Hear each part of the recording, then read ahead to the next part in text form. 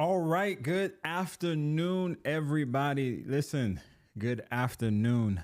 Um, as I mentioned before, we are on here midweek for Crown. I'm extremely excited. I know, talking to a few people, but before we get started, I need you to do me a favor. Do me a favor, real quick. Uh, First and foremost, go ahead and hit the share button. If you could do me a favor, go ahead and hit the share button and let them know that, hey, Crown is on here live and Crown midweek is off and running. And so do me a favor, go ahead and hit share, go ahead and hit like, and just invite your family and friends. When you do that, what you do, you actually allow and help us connect more with people. You allow us connect with your family and your friends and your loved ones, those that we may not have ever met or anything like that before. So if you could do us that favor, that will be greatly appreciated. And at the same time, go ahead and hit like. Go ahead and hit like. Let us know you're on here. Let us know you're on here. Put your name in the chat, that type of stuff. So I'm extremely excited. We want to have this conversation about value in a moment. We want to have the conversation about value. This year, we've been discussing to kick the year off, we've been discussing consistency. We've been discussing consistency. I truly believe that this is your year of consistency. This is your year of consistency. And what I mean by that, whenever a year is fastly approaching and I close the year out, I like to spend time with God to say, okay, God, what is it that, you're saying to close this year out and to open a new year? And I'm pretty sure some of you guys do the same as well, where you essentially go to God and say, okay, what's the word for our family? Or what is the focus? What should I be focusing on this year as opposed to the previous years? And so this truly is a year of consistency. And I've sensed that a lot of times in the previous years, there's things that we get started, where there's things that we do, there's things that we kick off, but we don't necessarily are able to complete them. And so this is why consistency is extremely important. And I believe this. When we are consistent in those things, when we are consistent in the opportunities that we're afforded, then if we remain consistent in those things, then we'll have a productive year. If we remain consistent, we'll have a successful year. And so I'm excited about that. But today, what I want to do today, I want to talk about how to become a person of value, how to become a person of value. Once again, it's at the beginning. Do me a favor, hit share, hit like if you're tuning in. I'll give you a moment so everybody can just get checked in so we can have this conversation. At the same time, this is a space where we will unpack issues, unpack situations, unpack circumstances that may be going on in your life, things that you may be going through and you may want a perspective from. This is a forum where we can get into some subjects and some principles and some concepts that will aid you in your growth and that will aid you in your development. This is what this forum is. And so if anytime a question arises, if anytime something arises, just go ahead and do us a favor and send us a direct message to @CrownORL on all of our platforms.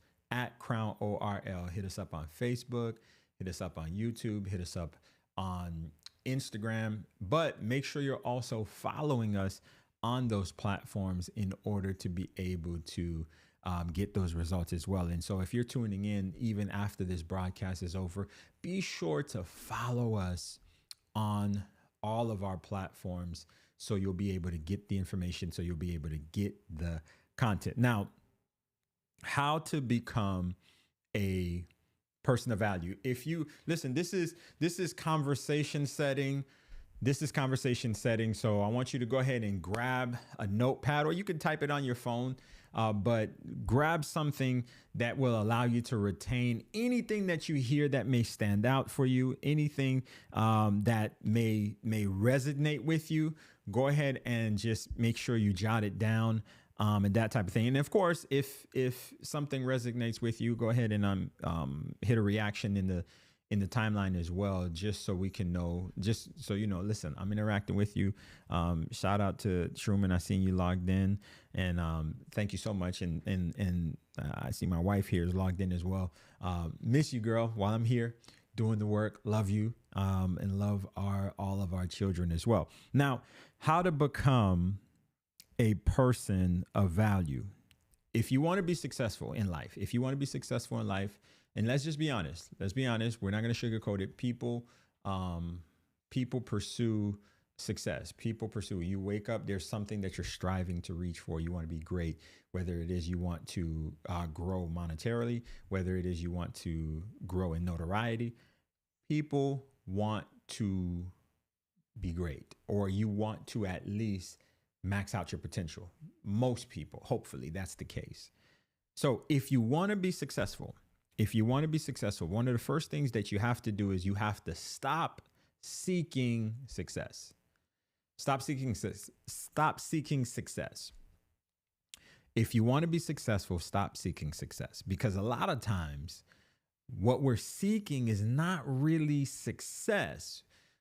I believe what we're seeking and pursuing often are byproducts of success, or things that are as a result of success, right?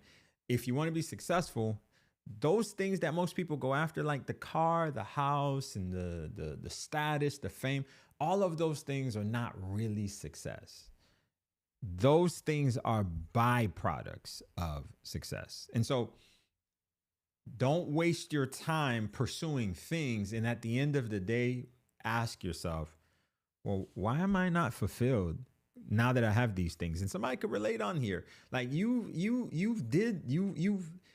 hit the income bracket, or you didn't, or you've purchased something that you really wanted, or you've went somewhere, you did something, and then after a while, that feeling, it goes away. And you ask yourself, why isn't this feeling sustained? Why isn't this feeling prolonged for longer periods of time? The reason for it is it's not built into the thing. The real fulfillment comes out of the essence of who you are as a person. If you deal with you, then those things will have meaning. If you deal with you, then those things will have value. If you deal with you, those things are just temporary. We can't take them with us. They make us feel good. They make us happy sometimes, but that's not really success. If you want to be successful, stop chasing success. Instead, I want you to start being a person of value. Yeah. Start being a person of value. Listen, if you are hearing me out there, just go ahead and type that in the chat. Starting today, I'm going to be a person of value. Starting today, I'm going to be a person of value. Because the reality is your volume is in your value. Your volume is in your value. Somebody go ahead and type that in there. Let me know you're hearing me. Your volume, the scope of your income, the scope of your influence, the scope of your impact, the scope of your reach, your realm that you operate in, and in the spaces that you operate in, all of that is determined by your value. All of those things that you call volume, like we do volume. It's better in some cases to do volume. If you're selling a lot of products, you want to sell a volume. If you're doing a lot of things, you reach a lot of people. So the volume, right? Your volume is determined by your value. So the greater your value, the greater your volume. And once again, hear me. Listen, we're just talking tonight. We're talking. I'm not talking about stuff, okay? I'm not talking about stuff.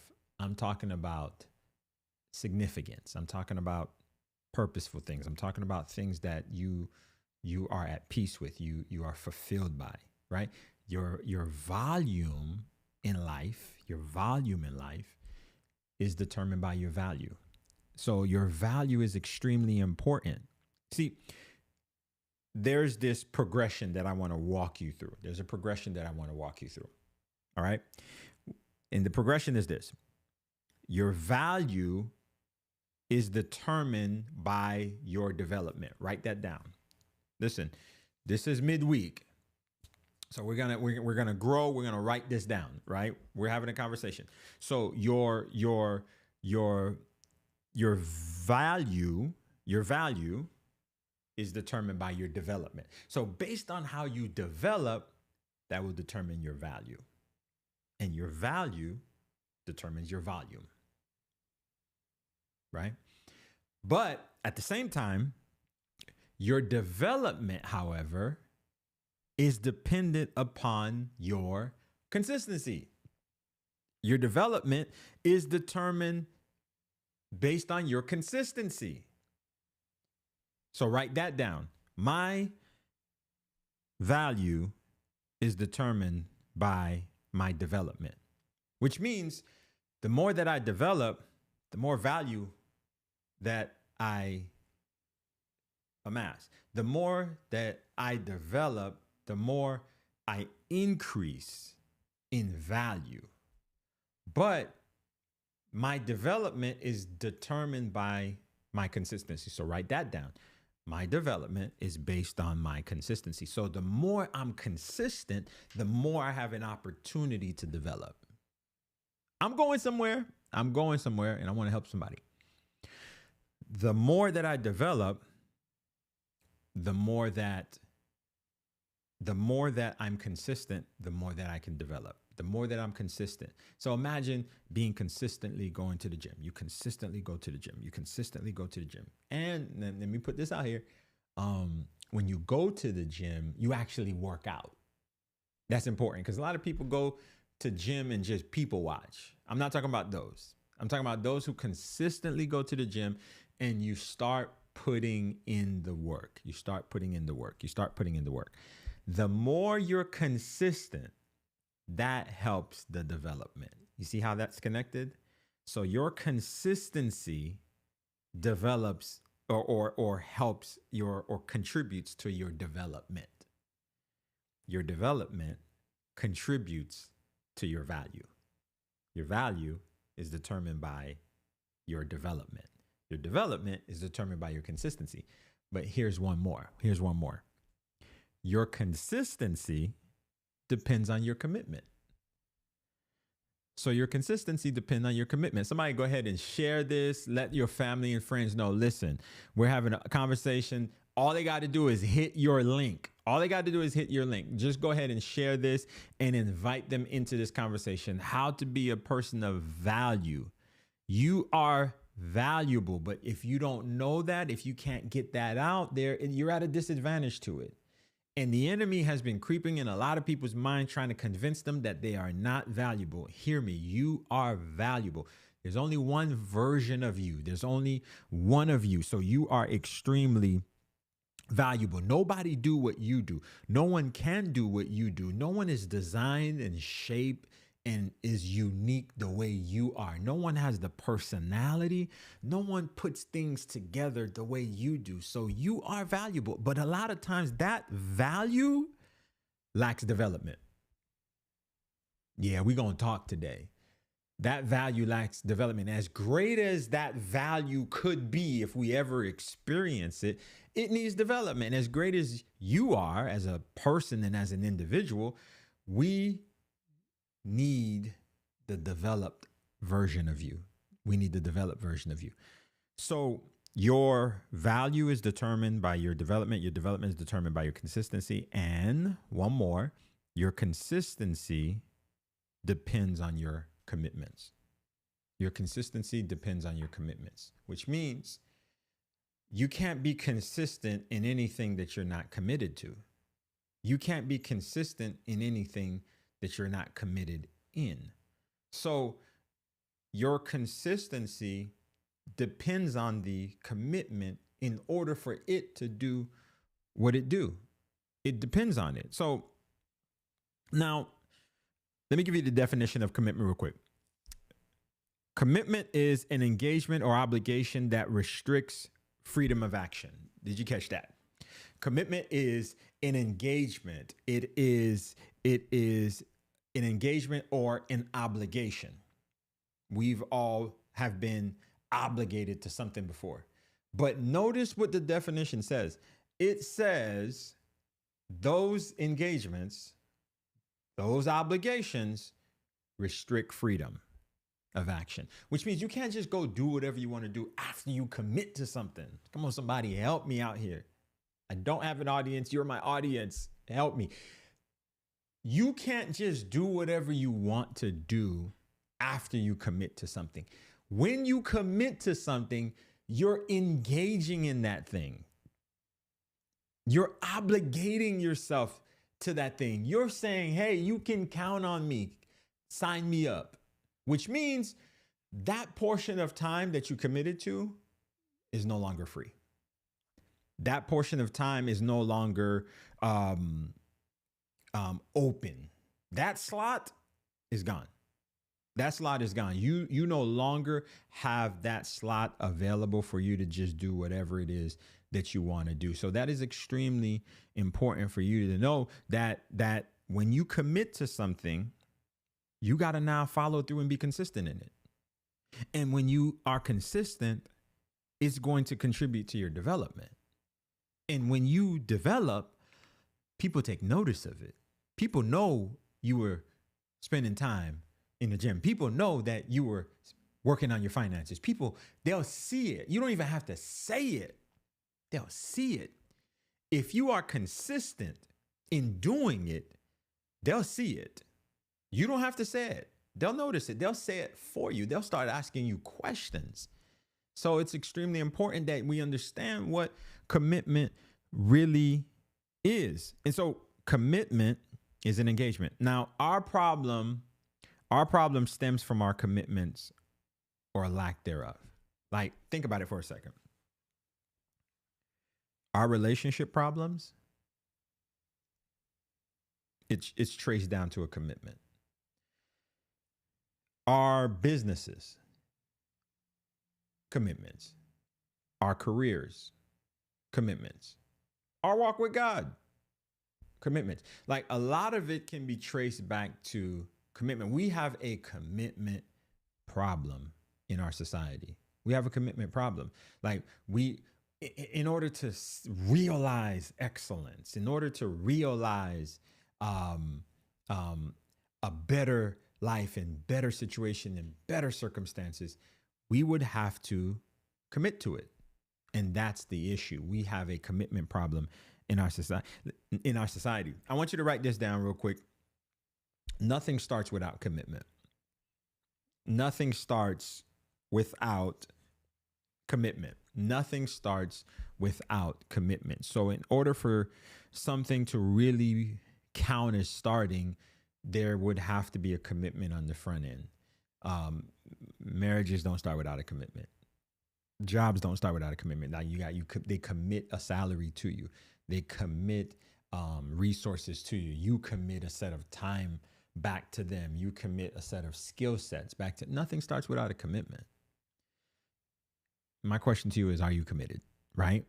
See, when you commit to something,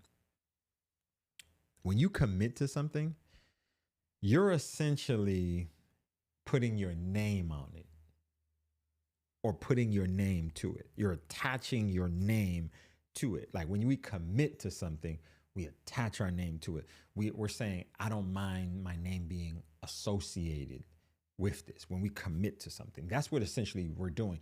You're putting your name on the line. At the same time, if you don't respect your name, then you won't maintain the commitment. If you don't respect your name, you won't maintain the commitment. If you do, you will. It's really that simple. So when we're committing to something, what we're essentially saying is, yeah, I don't mind my name being on that. I don't mind my name being associated with that. I don't mind my name being attached to that. So if you value your name, you'll keep the commitment. If you don't value your name, you won't keep the commitment. And I want you to listen, this should be a life principle of yours. Don't fool with people who don't respect their name. I'm going to say it again. Don't fool with people, or be very, use wisdom, be very cautious how you deal with people who don't value their name. Because if they don't value their name, they're going to struggle in their commitments. I want to share a couple of verses with you. I want to share a couple of verses with you to drive this point home. I'll read it in Proverbs chapter 22, verse 1. It says, "A good name is to be chosen rather than great riches." A good name is to be chosen rather than great riches. I agree with you, Cha. Facts. I know there's more of you that agree with it in the chat. You guys can go ahead and throw that in there. But Proverbs 22 verse 1 says, "A good name is to be chosen rather than great riches, loving favor rather than silver and gold." Proverbs 22 verse 1, New Living Translation says, "Choose a good reputation over great riches. Being held in high esteem is better than silver and gold." So your name is your reputation. Listen, what's the street saying about your name? Well, like if we were to audit your name, fact check your name, run the Carfax of your name, what would come back? All right, how to be a person of value. We're still here. How to be a person of value. Okay. Based on what comes back, are you okay with that? Are you satisfied with that? Now, if we were to run a credit on your name, what would people listen? One of the things that I recommend that we do often is periodically. You could do this maybe once a year. You could do this semi-annually, but every now and then you should ask people, "Hey, what's the street saying about my name? What's the perception about me? What's the perception?" Because listen, we will be shocked at how quick and fast we end up in someone's perception, or we end up in people's perception. And sometimes we do it unconsciously. Like we don't even know, like maybe the way we behave, the way we speak, the way we dress, the type of associations we have, all of that can put you in a box, and you don't even know it, and we don't even know it. And here we are thinking that we're one way, but in reality, we're perceived a completely different way. So that's extremely key when you think about that. So it's like every now and then you should ask people, "Hey, what do y'all?" Jesus did it. Who do men say that I am? You should ask people, "Hey, what kind of friend am I? What kind of husband am I? What kind of wife? What kind of brother?" And you fill in whatever the blank that you are. You should ask that question. And let me go ahead and preface it and say this. Ask people that's going to be honest with you. Ask that question. Ask that question to people that's going to be honest with you. Don't ask that question to people that's going to lie to you or won't be honest with you. The Bible says, "Faithful are the wounds of a friend." Listen, your friend will tell you, "Nah, that don't match." Your friend will tell you, "Nah, go brush." You know, a friend will do that in love. So make sure that you're asking that question from a place where you know you're going to get honest feedback and not shade because they just wanted to hurt your feeling. But ask that question from someone that's going to get you honest feedback, right? And I'm saying all of this concerning your name because when we deal with God, God respects his name and he respects his reputation. God respects his name and reputation. One of the main reasons why God keeps his promises is because his name is associated to it. That's one of the main reasons, like why God, the Bible says the promises of God are yes and amen. One of the reasons that God keeps his word and he keeps his promises is because his name is on it. I want to show you something in Exodus, right? To drive this point home. And then what I'll do is I'll give you 3 things to do that will help you become a person of value, right? In Exodus chapter 33, verse 12 is where we'll start. So at a later time, go ahead and, read that. But in Exodus chapter 33, verse 12 through 17, it says, "Then Moses said to the Lord, 'See, you say to me, bring up this people, but you have not let me know whom you will send with me. Yet you have said, I know you by name, and you have also found grace in my sight.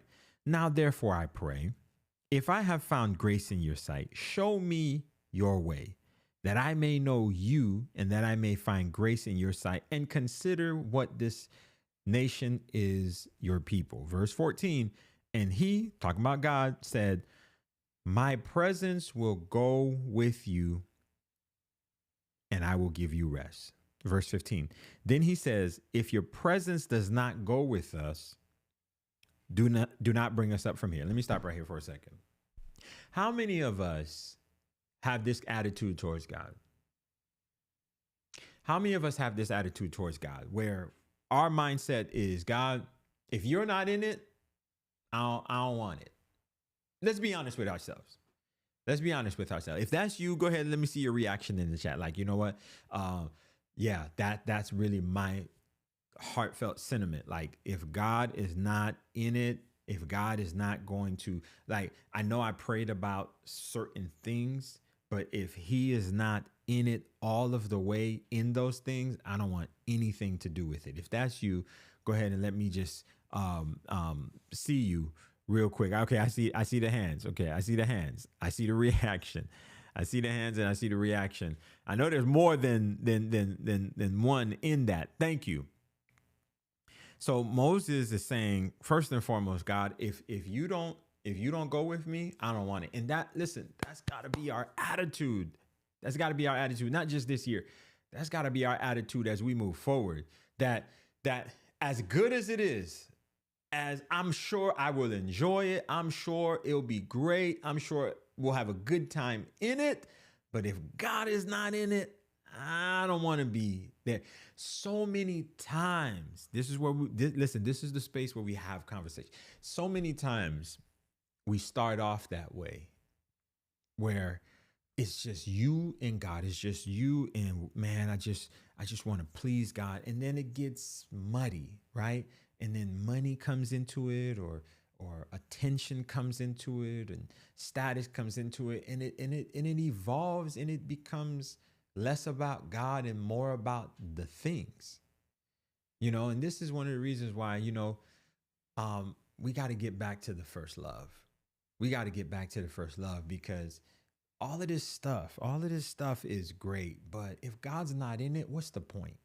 Like, if God's not involved in our movement, what's the point? Like, what good is it for us to accomplish and do big things and have great accomplishments for our own personal gain, but God was never in it? One of the saddest verses is Samson. He knew his strength, and he knew where his strength lay, but he got to a point where when God's presence left his life, he couldn't even discern it. And that is a very dangerous place for us to be, is to get to a place where God exits our life, and we assume because we see the things that God is still in it. That's dangerous, where we assume because the car's still here and the payments are I'm still able, the income. Listen, the income could be there, the friends could be there, the associations could be there. But if God's not there, I don't want to be in it. I'm out. I don't want it. I don't want it, because his presence is what gives everything that we have life.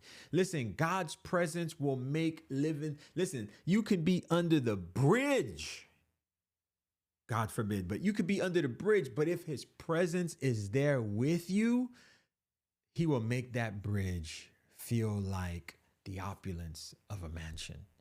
His presence makes the difference. And you can be in a mansion and his presence is not there.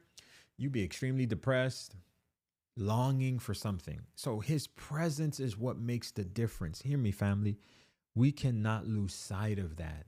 Don't ever exchange his presence for something else. Don't ever give up his presence for something else. Moses says, if your presence don't go with me, I don't want it. Listen, I'm going to make it practical. We're going to give you the promotion, but this promotion is going to put some distance between you and your commitment to God. And you're going to have to make a decision about that.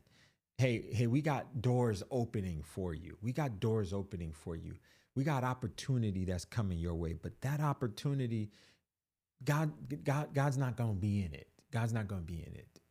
And it's always the thing that you've wanted. It's what you were longing for. It's what you were looking for. But God is saying, I'm not going to be. I'm going to send you ahead. Oh, wow. Listen, I'm hearing so many things. Think about this for a second. In this story, God promised them the promised land. God promised them to give them the land. And here God is communicating to Moses and he's saying, I'm going to do my part. I'm going to keep my word. I'm going to keep my word because I'm going to keep my word. Right? But I'm not going. And Moses said, I appreciate you keeping your word. But if you don't go, I don't want to go. The most important part of this entire experience has been walking with you. The most important part, yes, it was great seeing how you, and all of those miracles that happened in Egypt and all of those things that happened, all of those things was great. But it was you.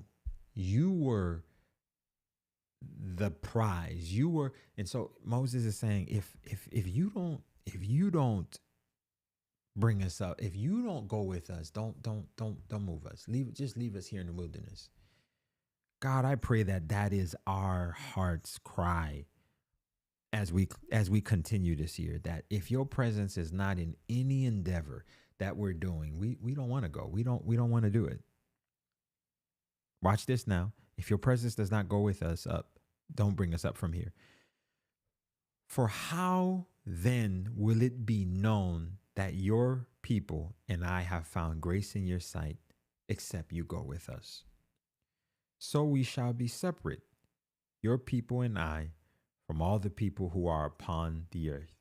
So the Lord said to Moses, I will also do this thing that you have spoken, for you have found grace in my sight, and I know you by name. Listen, that's good news for somebody. That's good news for somebody. If God's name is on it, it's a done deal. Somebody needs to get excited, because I don't know what it is that you may be waiting for and you have yet to experience it. And I'm here to tell you that if God's name is on it, that's your receipt. If God's name is on it, it's as good as done. My eyes does not have to see it yet.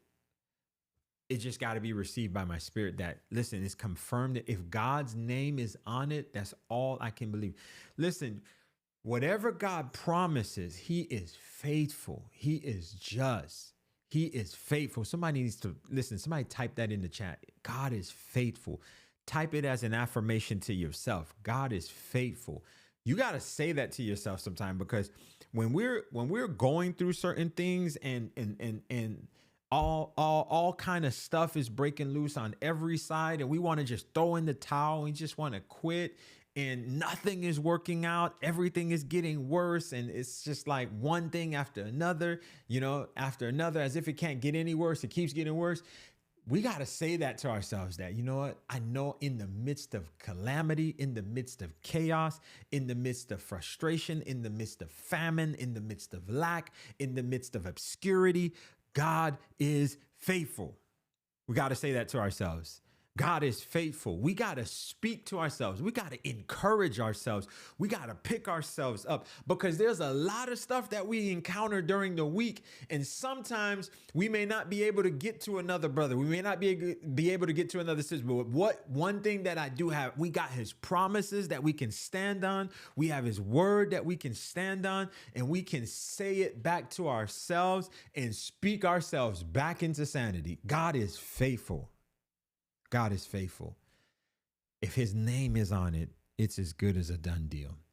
If his name is on it, it's as good as a done deal. Now, what I want to do to close on out, I want to give you three things. How to be a person of value.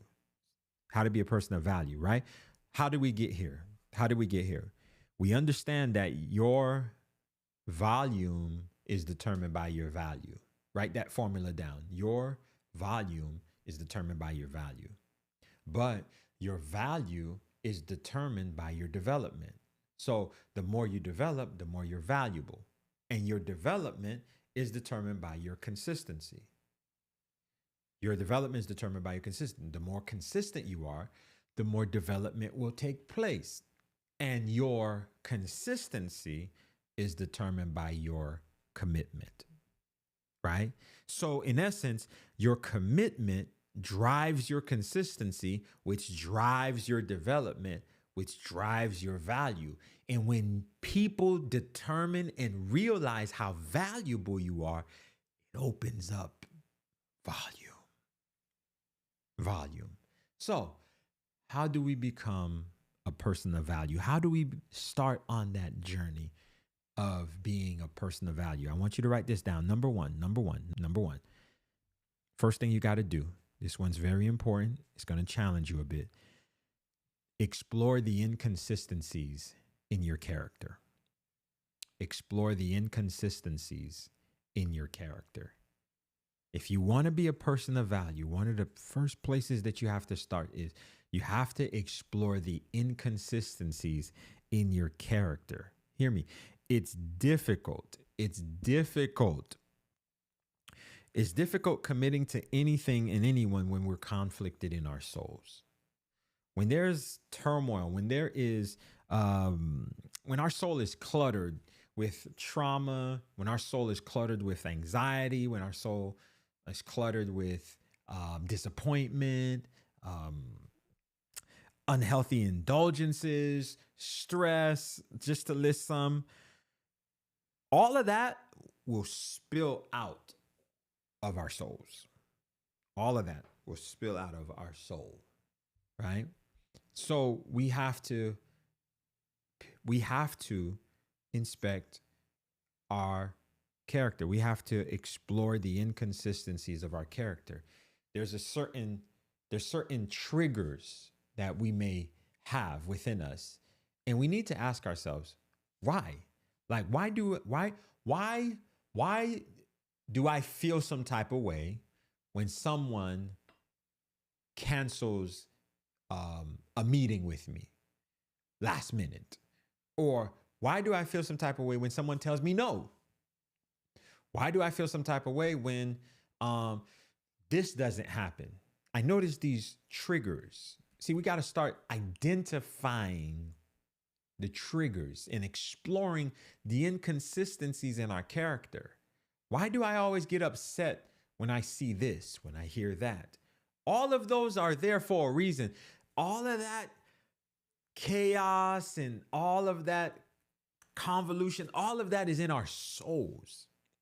It's being like the Holy Spirit is working through our souls, sifting through the pain and the drama, the insecurity, the neglect, all of that, hear me, is in our soul. All of that is in our soul.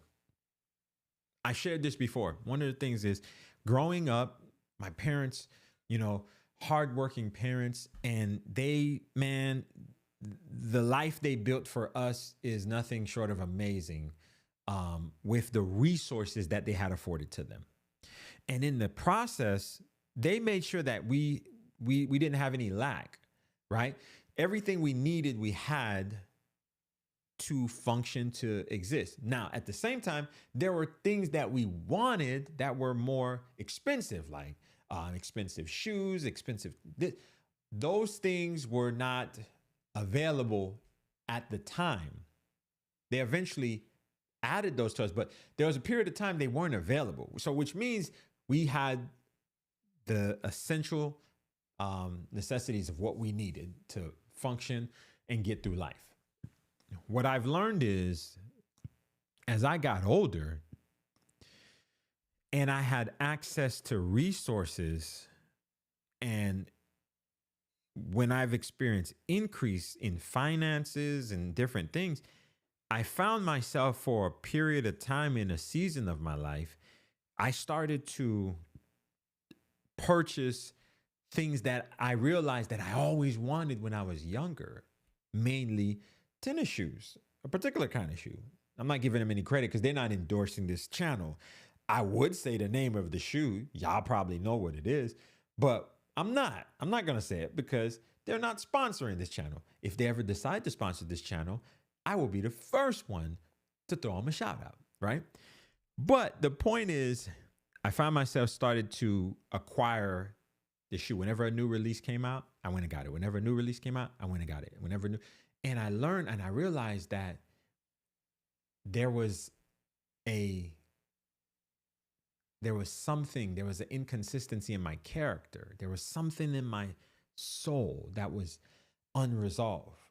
And what was it?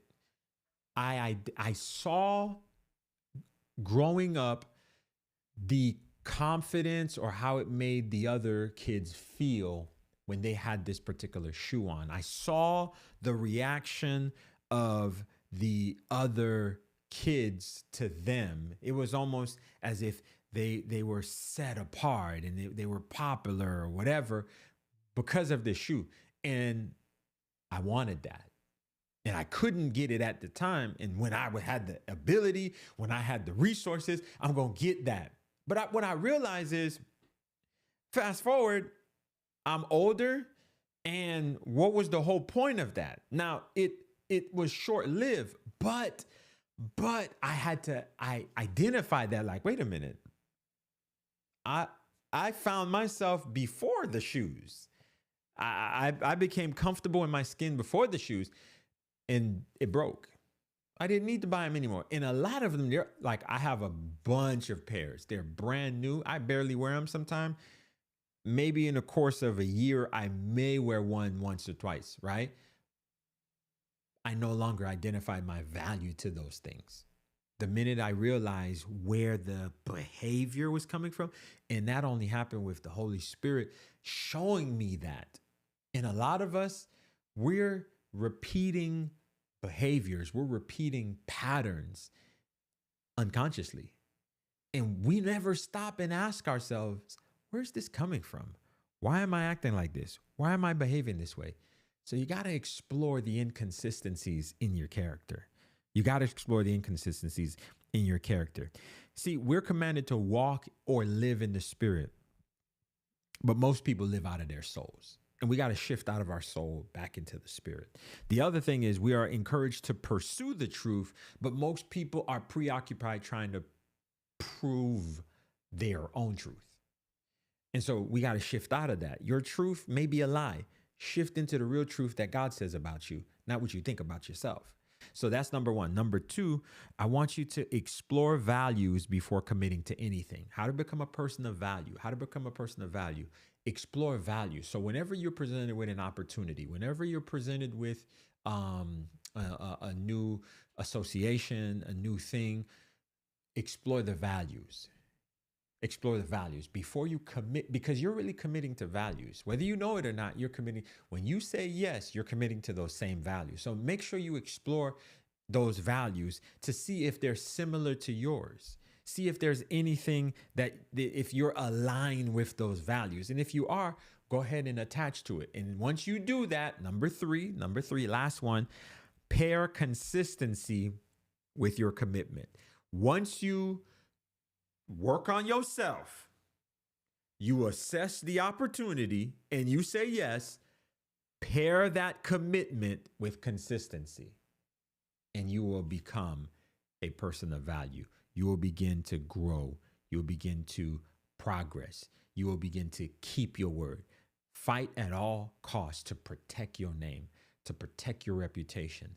Even if you have to clock out, if the work is not done and your name is associated and attached to it, clock out, finish the work so that you can preserve your name above anything else. Listen, if this is hitting home, somebody go ahead and show me some reactions in the chat.